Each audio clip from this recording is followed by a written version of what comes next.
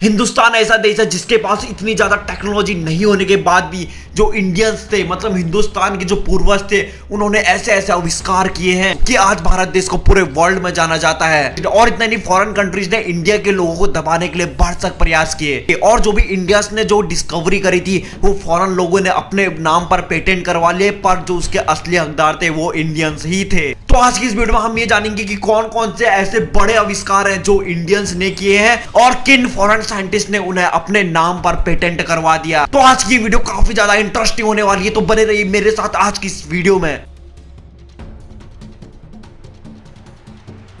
Number 1, binary numbers. Binary numbers वो number होते हैं जो कंप्यूटर की भाषा होती है, यानी 1 और 0। और अगर बाइनरी नंबर ही ना होते तो शायद आज कंप्यूटर की कोई लैंग्वेज ही नहीं होती। आप कंप्यूटर में किसी भी टाइप के कोई भी मैसेज टाइप नहीं कर पाते।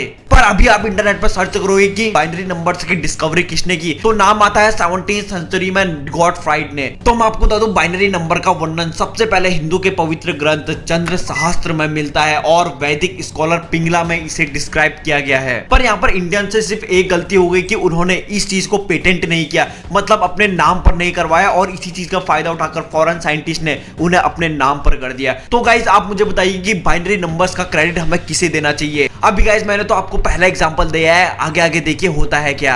अब सेकंड नंबर पे है थ्योरी ऑफ एटम। अब एक अणु यानी एक एटम के बारे में पूरी दुनिया जानती है कि जॉन डाल्टन ने एटम की डिस्कवरी की है, पर मैं आपको बता दूं ये गलत है। इसकी डिस्कवरी पहले इंडिया में हुई थी। इंडिया के साइंटिस्ट जिनका नाम कैनेट था, उन्होंने एटम को एक्सप्लेन जॉन डाल्टन से पहले ही कर दिया था और उन्होंने एटम को अणु कहा था और उन्होंने कहा था कि ये एक ऐसा पार्टिकल है जो हर पदार्थ में मौजूद होता है। अब गाइस फिर से मेरा क्वेश्चन ये किया, इसकी डिस्कवरी किसने की? ऑफ कोर्स इंडिया ने की, बस पेटेंट नहीं लिया।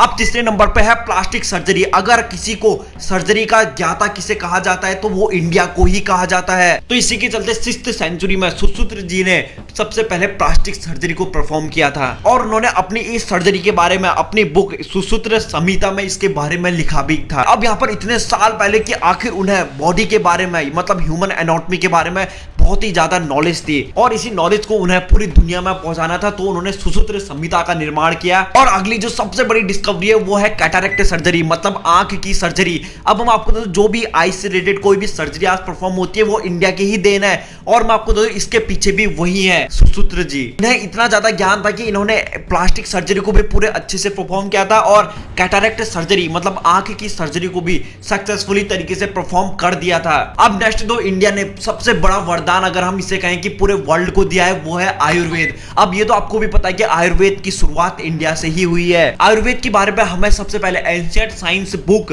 चरक संहिता में इसके बारे में देखने को मिलता है और इस आयुर्वेद को पूरे वर्ल्ड में विश्वविख्यात करने के लिए साइंटिस्ट चरक ने अपना भरपूर योगदान दिया और चरक को फादर ऑफ इंडियन मेडिसिन भी कहा जाता है। और चरक इस पूरे दुनिया के पहले फिजिशियन थे जिन्होंने मेटाबॉलिज्म, इम्यूनिटी कैसे काम करती है उसके बारे में एक्सप्लेन किया था। और जो इनकी बुक है चरक संहिता, इसे डिफरेंट लैंग्वेज में भी इसे एक्सप्लेन किया जा चुका है, जैसे इंग्लिश, अरेबिक, लैटिन। अब नेक्स्ट जो सबसे बड़ी डिस्कवरी अगर मैं उसे कहूं तो वो है आयरन केस्ड रॉकेट। आज जो भी आप बड़े बड़े रॉकेट देखते हो, चाहे वो रशिया के पास हो चाहे वो अमेरिका के पास हो, तो ये इंडिया की ही देन है। सबसे पहला आयरन केस्ड रॉकेट बनाया था 1780 में टीपू सुल्तान ने, जो इंडिया के थे। टीपू सुल्तान ने जस्ट एक आयरन ट्यूब में गन पाउडर जो होता है उसको भरा और उसे इस तरीके से शेप दिया कि उसे फिर फायर किया गया, तो उसने एक रॉकेट की तरह काम किया। और जो टीपू सुल्तान ने आयरन केस्ड रॉकेट बनाया था उसकी जो रेंज थी वो 2 किलोमीटर तक थी, पर भले यहाँ पर 2 किलोमीटर इस आयरन रॉकेट की रेंज कम है,